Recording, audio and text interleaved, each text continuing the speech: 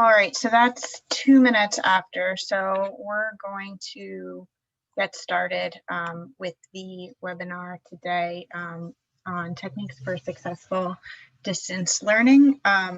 Just for a little bit of introduction, what brings us to this work from Blue Ribbon Scholars and my colleague Mosey Chowdhury at the Cathedral School in New York is to provide an example of how we can use technology such as Zoom, whether inside or out of school in hybrid learning, where some students are in and out, bridging teaching styles with available technology, understanding how video can help us engage better in different kinds of learning situations, how a tool such as Google Classroom can help us differentiate levels of student instruction, and how we can really best advance student participation and engagement through the use of tools such as breakout rooms and other structured collaboration online.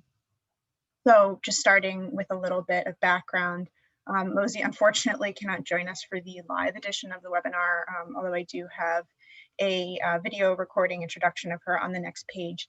So I will just introduce myself. My name is Mira Korber. I have a BA in Latin American Studies from Yale University. And last year in 2019, I founded Blue Ribbon Scholars, committed to helping scholar athlete equestrians reach their full academic potential while missing a lot of school.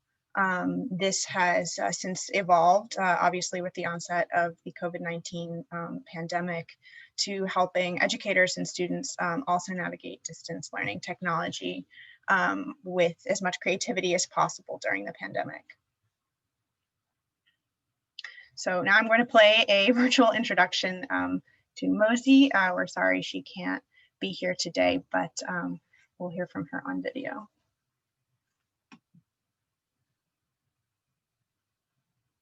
Hi everyone, my name is Mosey Chowdhury and I am an educator at the Cathedral School of St. John the Divine. I'm really grateful to everyone who came to this webinar today, and I just wanted to introduce a little bit about myself and my perspective on the state of education at the moment.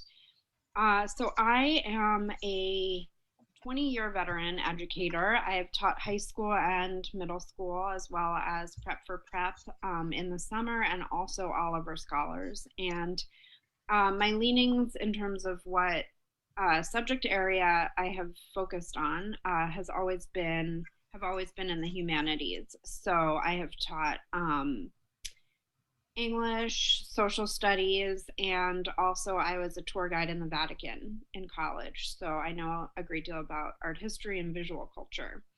And I tend to focus a great deal on systematizing and codifying aspects of education in independent schools, in private schools, where there isn't necessarily a curriculum that's dictated from the state or from a board, but rather more freedom permitted to educators, which is often such a blessing and such a draw, but can also be at times a curse in the sense that we don't always connect or align grade to grade in a way that serves students best.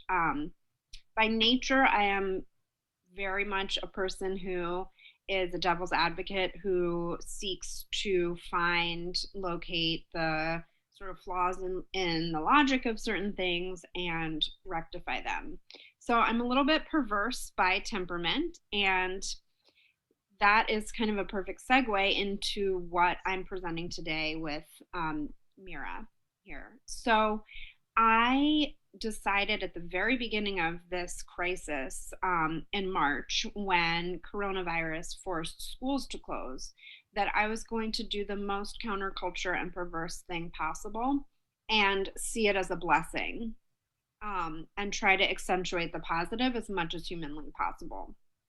Recognizing that I had the luxury to do so, mostly because private schools, independent schools, have the resources to extend to their students and allow most of the curriculum and the teaching to continue relatively unhindered online. So given all of that, I decided to take what I was reading in the news and hearing in the news and hearing from colleagues, and also reading on social media as like a really negative perspective on what it means to teach over Zoom, and really look for ways to accentuate the positive. So I rejected the deficit model entirely and decided to go in the direction of really looking at ways to make this Zoom teaching, online teaching, something that would build a foundation that might last beyond coronavirus, beyond crisis mode, to offer teachers and students different ways of accessing education. And finally, my favorite line from John Dewey, which has influenced my teaching and crafting of educational materials and presentations since I was in my 20s and beginning my career, is the idea that education is not preparation for life, but education is life itself. And that is very much the belief that is the underpinning of everything that I craft, put together, modify, improve, and so on for classroom use. So, all that said, thank you so much for attending, and I hope it's a great webinar.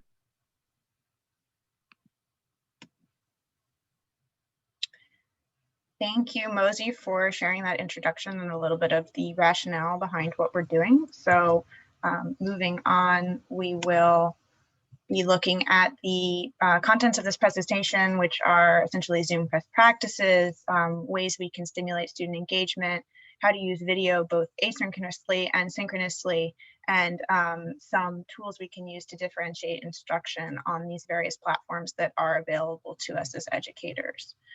So as Mosey had outlined, the best approach we think when looking at a distance learning environment is to accentuate positive outcomes that are possible rather than look at what is not possible.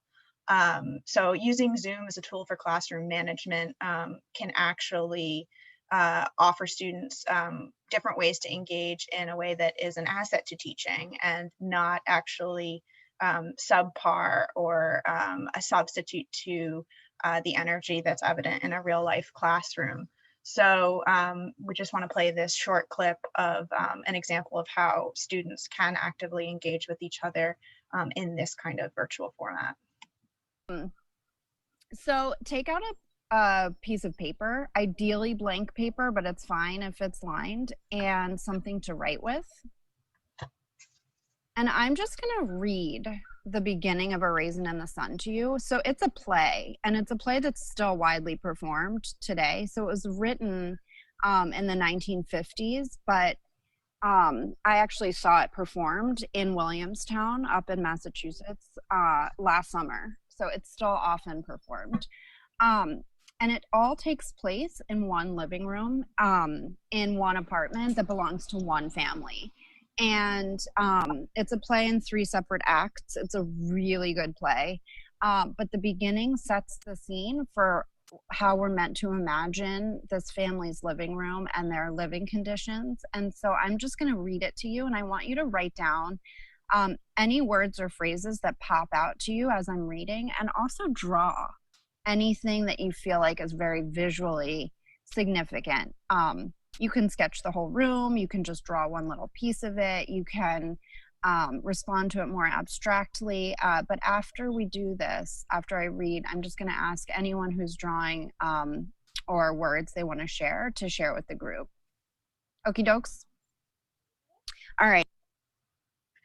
So as you can see there, students are actually able to individually express their reaction to the play reading that Mosey was engaging in, and then also have the ability to share that with each other in a context where there's not necessarily peer pressure to respond in a certain way because each of the students is in their own individual learning space. So moving on to a little bit of the background, which we've addressed a little. Online teaching and learning have a bit of a bad rap in some of the news that sort of stigmatizes the lack of social and emotional development that students have as a challenge by not being in a classroom space with their peers. While this is obviously true, we take an approach where the learning outcomes can be equally positive in an online and an in-person environment. What we're really talking about here is actually a case for pedagogy and not so much a case for technology, which is where a lot of the misunderstanding happens, and that creates the stigma around online learning. As external circumstances force us to think creatively about curriculum design and implementation, the better question to ask ourselves is how we can use technology to improve how we teach and not replace what we teach already. Even so, there's obviously a bit of an elephant in the room here with the question of disparity in access to both technology and quality education. And this was a really severe structural issue that was underlying the entire landscape of education in the United States and globally before our forced shift to online learning made this inequity blatantly obvious. So I'd like to also point out that there's some really great resources available for both educators and parents at the MIT Teaching Systems Lab. We can share that link at the conclusion of the webinar. Their director, Justin Reich, just released a new book in September, and I'd like to share a little bit of the review that is posted on the MIT website. So here it goes. In Failure to Disrupt: Why Technology Alone Can't Transform Education, Justin Reich delivers a sobering report card on the latest supposedly transformative educational technologies. Reich takes readers on a tour of massive open online courses, auto-graders, computerized quote intelligent tutors, and other educational technologies whose problems and paradoxes have bedeviled educators. Learning technologies, even those that are free to access, often provide the greatest benefit to affluent students and do little to combat growing inequality in education. And institutions and investors often favor programs that scale up quickly, but at the expense of true innovation. It turns out that technology cannot by itself disrupt education or provide shortcuts past the hard road of institutional change. Technology does have a crucial role to play in the future of education, Reich concludes. We still need new teaching tools, and classroom experimentation should be encouraged. But successful reform efforts will focus on incremental improvements, not the next killer app. So in summary, while both areas of research in favor and against remote teaching have strengths and weaknesses, Reich says that there is good evidence indicating that well-supported, high-achieving students will do well remotely, but instructors should make an extra effort to support vulnerable students in their classroom. So the presentation that follows in this webinar aims to show how some of these goals can be achieved or even approached or thought about in practice. Perhaps to get to an obvious point here, we'd like to point out that video as a teaching tool is both wonderful and dangerous. The longest time an adult can engage with an instructional video is 6 minutes. Before attention span drops, we recommend cutting that in half to 3 minutes for kids, and it's really important to break things up into different chunks and keep the actual experience lively and engaging. So remote teaching, online teaching is not equivalent to static video playing in front of kids on their computers. One thing we also want to point out is how you can really use Zoom technology, any kind of remote teaching, to create a very intentional digital culture. So the question we're really trying to address here is how can technology intentionally close inequities when typically disparities in technology actually create education gaps rather than close them. So we'd like to show a final presentation from a pair of students who worked collaboratively to present to their classmates over Zoom the outcome of their learning unit on A Raisin in the Sun, the play that Mosey referenced earlier, and how they both show that they've absorbed kind of a netiquette instruction. So the idea that communicating virtually is going to be a reflection of oneself and a reflection of others that's both respectful of oneself and respectful of others. A function here as well that's very useful for educators is the chat feature, because it enables teachers to privately message students to fine-tune behavioral adjustments, whether it's something as simple as pronouncing a name incorrectly, or bringing out one's cell phone and using it rather than paying attention to what's going on at large. We can kind of manage how students learn to present themselves and interact with each other via these tools that are available to us, without creating a hostile or peer pressure classroom environment where students feel humiliated for making a mistake or a blunder that can easily be addressed privately. Yes. So moving on, discrimination against undeserving minorities is recurring all over the world. This is shown greatly in NPR's Violence Erupts as outrage over George Floyd's death spills into a new week, as we had just recently discussed. And as protests are sparking all over because of the undeserving death of one man. As seen in the above books and articles that we have discussed, these opposed races have been targeted because of their belief.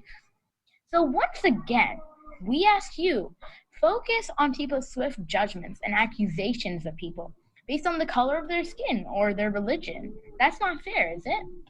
Stand up to this behavior and begin the basis of a new generation with equality and unity. After all, we are the future. So, what would our world look like without racism? That's great. Oh, psych, that wasn't the actual end. Well, we hoped you stayed awake long enough to listen and learn something new about racism. You bet. We also hope you enjoyed and didn't turn off your camera to look at your phone. We hope not. So moving on, we are grateful for this opportunity at Prep for Prep to grow and learn and make something out of it as well. Me and Chloe learned a lot about racism through our books and articles that we discussed, and it's something that we're going to keep in mind because we are the future. So we're excited to see all of your projects, unless ours was the last one. And finally, we are who we are, not what racism makes us to be. Yes. Psych again, this is the actual end. Just kidding, that wasn't the actual end. Indulge in this final cartoon from Chick Publications. It shows here the devil with, don't look at what he's holding, trying to spread gospel and giving the impression that if you don't believe, you would go to hell. You were wrong. You didn't accept Jesus Christ as your own Lord and personal Savior. Yes, some really bad stuff here. Mm-hmm. You want to do the next one? You can go ahead, Chloe. So in that rather scripted example, we can at least see how students are using the online technology to create an environment of collaboration and both respecting each other and learning something about the world beyond the literature they're studying and sharing that with their classroom. Yes. So now we get to different ways to engage. I won't spend too much time on the slide because we'll get into some details and video examples later. But in short, there is chat, as most of us are aware, the ability to annotate, which can be used really creatively with students. And obviously unmuting in a structured way, students can participate in a group discussion, and using polls to inform curriculum design by gauging what students know in a quantitative way, and then taking that to a responsive teaching approach and being able to decide what to focus on, not only in the class that's coming, but in future classes. We also can see the power of chat in a gamified example. This has gained a lot of attention in research around learning outcomes, how gamification can both increase engagement and motivate students to actually learn the material at hand. So it's quite simply taking any concept and building a game around it with some kind of reward system or points that students are motivated to collect, and can be adapted to both quantitative and qualitative fields of study. Obviously, this example is focused more on humanities, but the example is using Jeopardy to test students' knowledge of literature in preparation for a final exam, and also provide some opportunity for graded class discussion. So the Jeopardy board assigns different values to class topics, and the rules of the game are that students are required to privately chat the teacher with an answer to each question selected. If they do not know, they indicate this with an IDK, and the teacher can then gauge student understanding and core ideas to focus on for the benefit of the class and those individuals that are lacking understanding in specific areas. So here's just a quick example of how that looks in an applied setting. All right, Matthew, who do we have for this one? Let's hear it from Esteban. Linder makes a lot of arguments that his community is harder working, that's safer, but he's really trying to just make his own community look better because it's made of mostly white people, and he doesn't want the youngers to move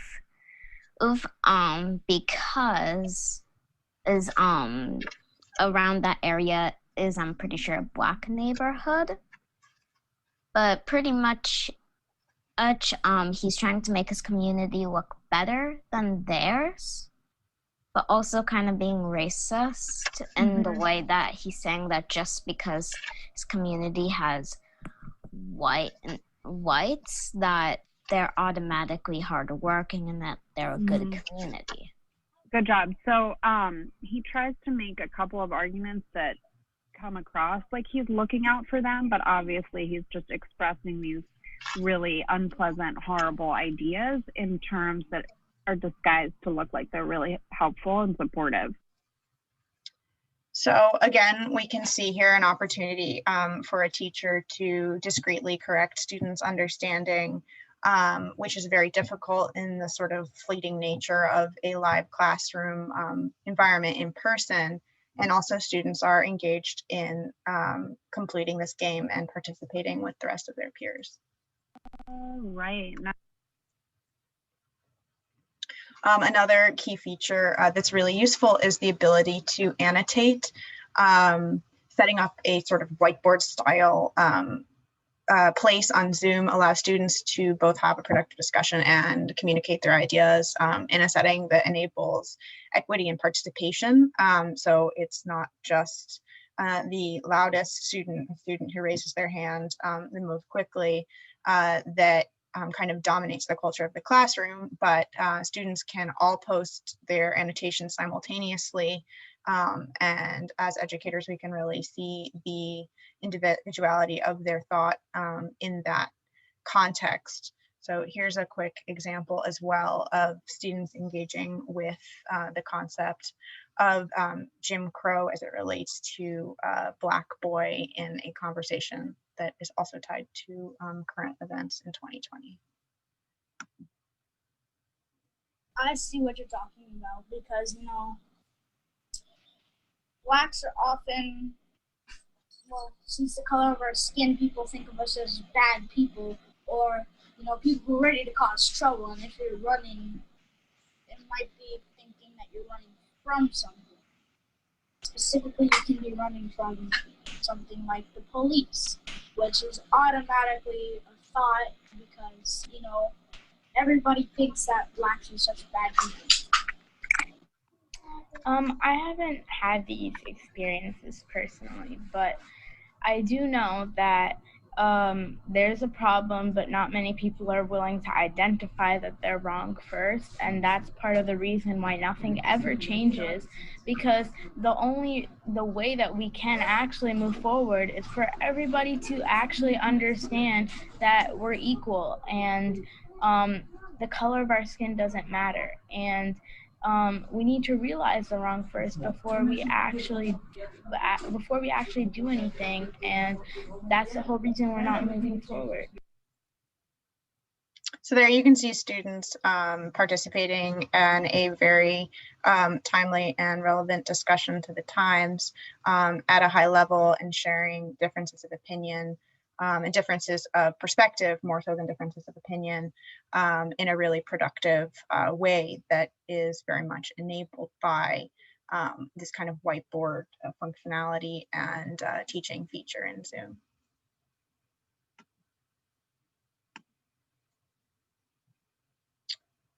We have another example here of students engaging at a very high level with the concept of redlining, and it's also worth pointing out that students can record their own sessions for graded small group discussions. Teachers can review the discussions and better understand each student's individual level of engagement with the material and progress as a whole. This is quite simply accomplished by having students set up and host their own Zoom meetings, record, and then share that recording with the teacher for review and feedback. Of all the alternatives for the future, she made a good choice. Adding on to what Sukmeet said, she made a good choice by forward thinking because she chose the cheapest house because she knew that her family was gonna need money if they wanted to raise the baby, and as like Sukmeet said, I think Mama's purchase was good. The downside of making her family go house hunting with her would probably not going to the whites only place, and then they wouldn't want to go there. But then if the family didn't go house hunting, then they wouldn't have made a difference in standing up for the Black people.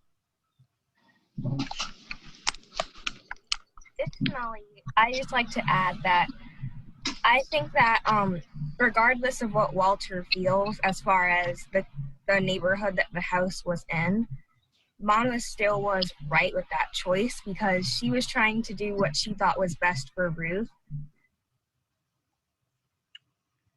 So there we have a discussion prompt with students having a very productive group discussion about A Raisin in the Sun. And as you can see, the moderation from the teacher, in this case Mosey, is actually really just to guide the discussion. But once the students get going with the prompt, they are able to carry out a conversation and really get into different topics at a fairly deep level. Finally, as far as engagement methods, we can use polling. This is a really great way to understand where curricular emphasis should be placed, again, in the vein of responsive teaching. For example, an entrance poll to a class on Anne Frank allows students to self-assess what they know about the Holocaust from nothing at all to having previously studied an entire unit on it. The poll results are anonymous, and that minimizes peer effect and student inhibition in sharing their true perspective and the answer. Also, the ability to share out the aggregate results instantly enables other students to get a sense of the overall learning context and where the class is going to be going and what can be learned from each other. Here are some other ideas we wanted to share for different ways you can use polling. Again, it really just enables a very kind of seamless, responsive teaching environment in which decisions for on a moment-to-moment basis in each class can be made, and then also longer term in overall curriculum planning. So just to point out a few of these here, and we will share this PowerPoint, is number one, quizzes, gauging understanding in a very concrete sense.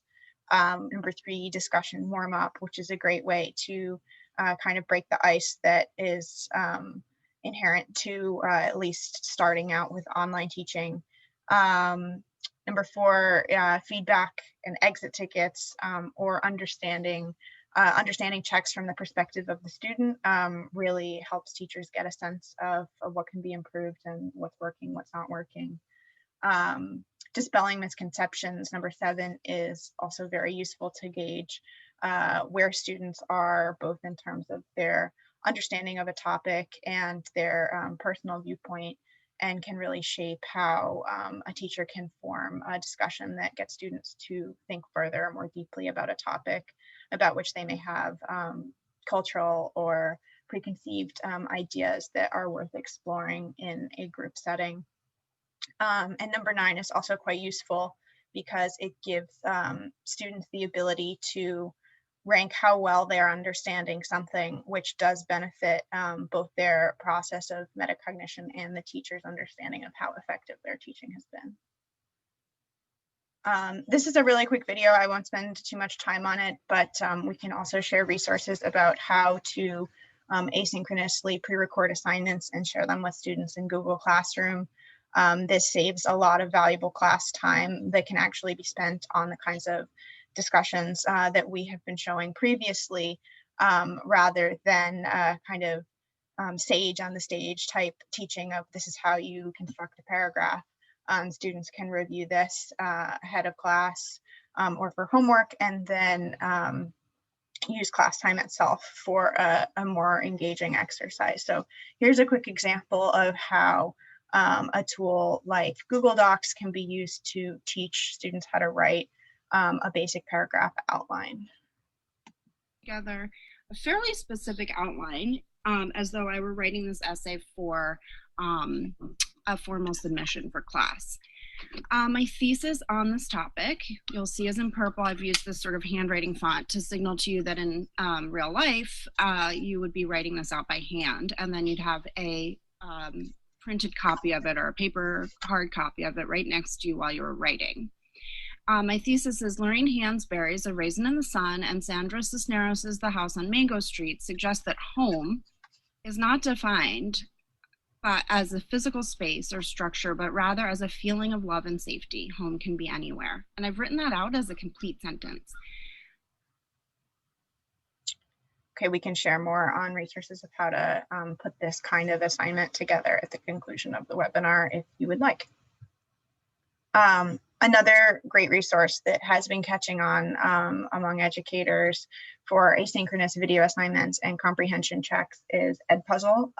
It is a free resource available that allows educators to parse videos with comprehension questions or free response questions that as students are watching a video on the Edpuzzle platform, they have to stop and answer these questions, which are graded, either counted for a grade or not at the discretion of the teacher, but their answers are aggregated, and the grades from these assignments can actually be deposited right into a Google Classroom gradebook via a very basic integration link on Edpuzzle. So it's a great resource for teachers that want to make sure students are keeping up with content. And another really useful feature of Edpuzzle is that the questions are embedded directly in the video, but also the video stops playing if a student navigates to another tab. So in order to actually finish watching the video, the student has to stay present with it and complete the answers to those questions. So this is a great way to kind of ensure focus with a little bit more structure than would be possible by, say, assigning a YouTube video and then free response questions after. The Edpuzzle videos can be taken from YouTube. They can be videos that teachers create of themselves as a screencast, and then questions can be customized.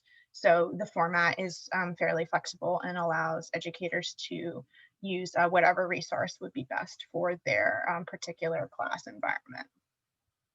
So here is just a quick screenshot of how Edpuzzle puts together student progress reports with the amount of time each student spent actively watching and reviewing the video and answering the questions, and their final score on the assessment.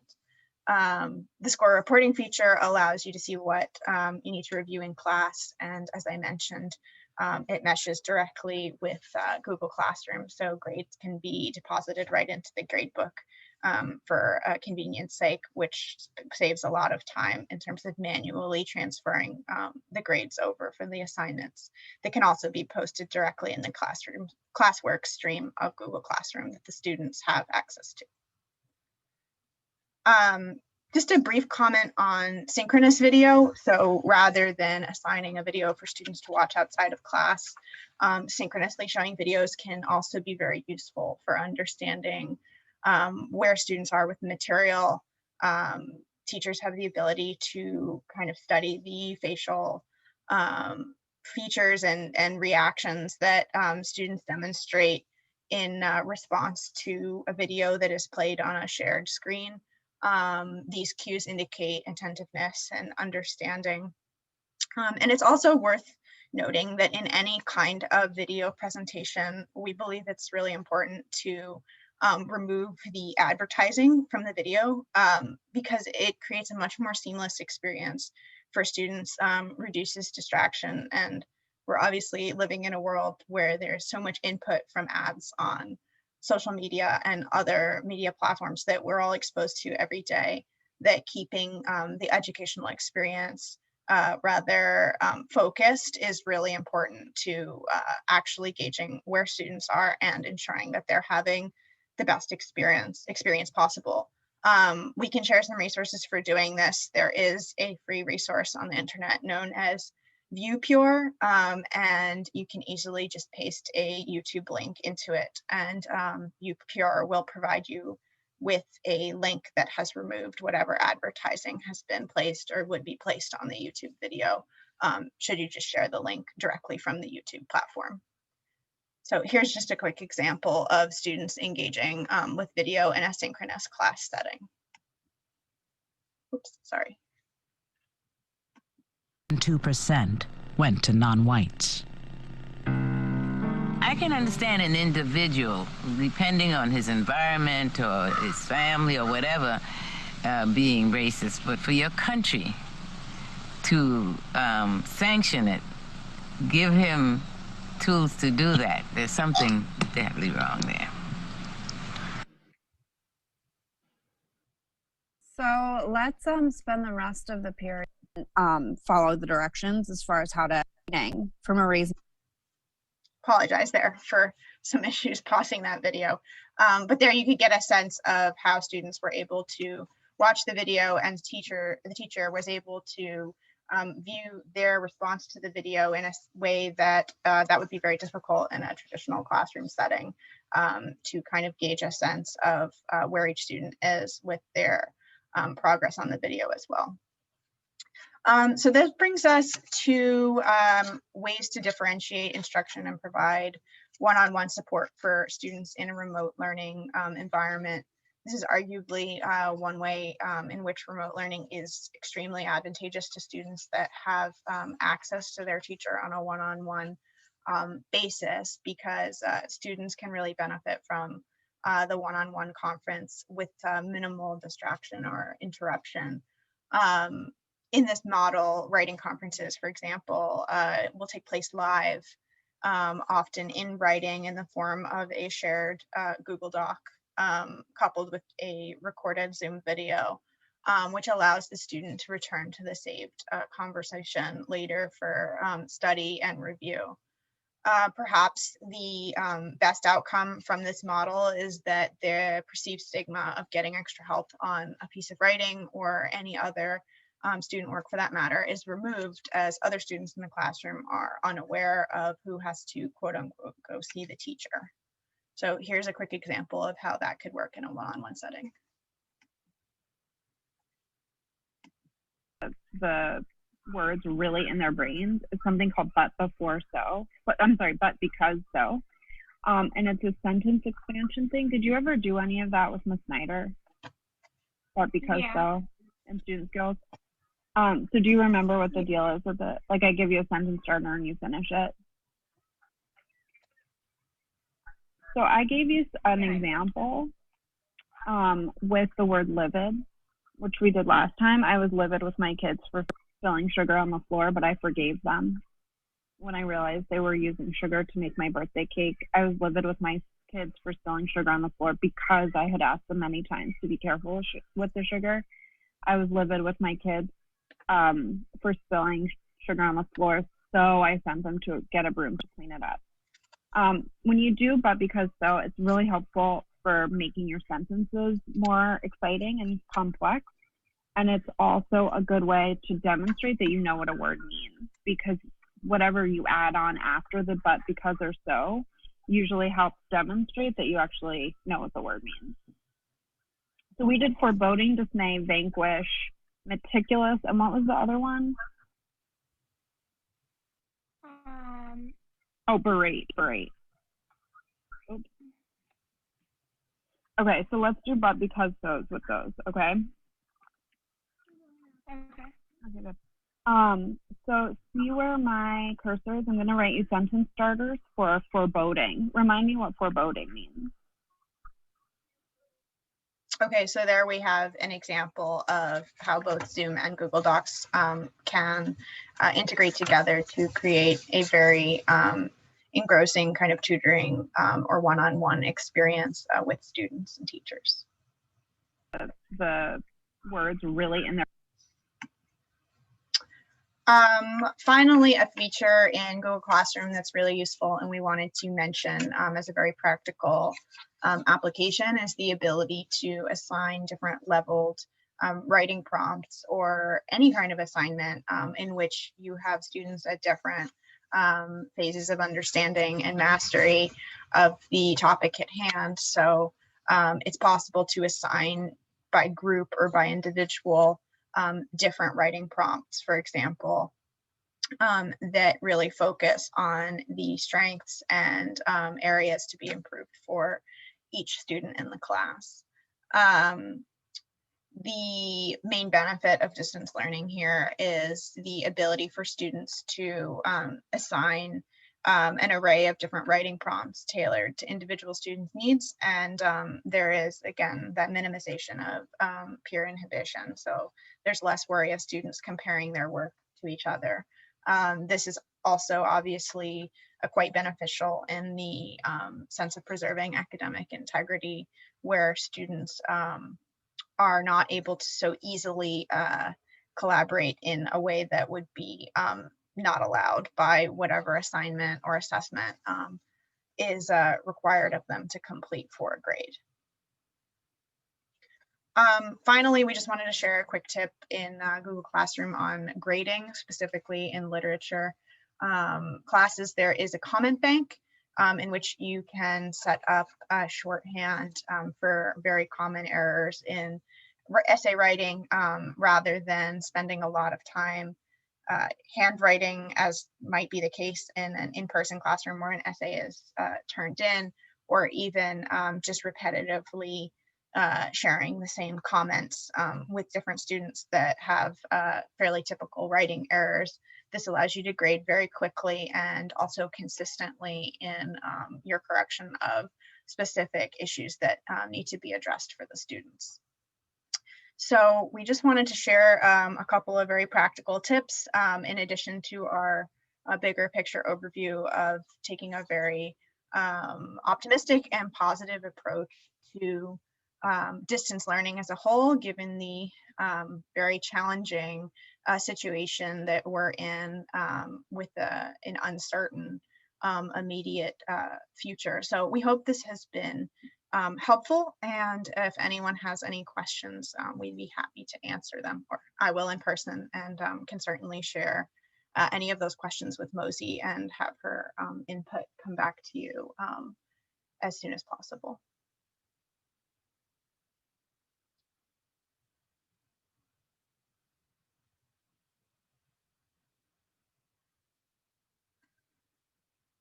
Okay, doesn't look like we have any questions. So thank you for joining us, and best of luck, and please reach out with any questions you may have about what was discussed today, or if there is any opportunity for us to be of help to you, we would gladly do so. Thank you all, and stay safe.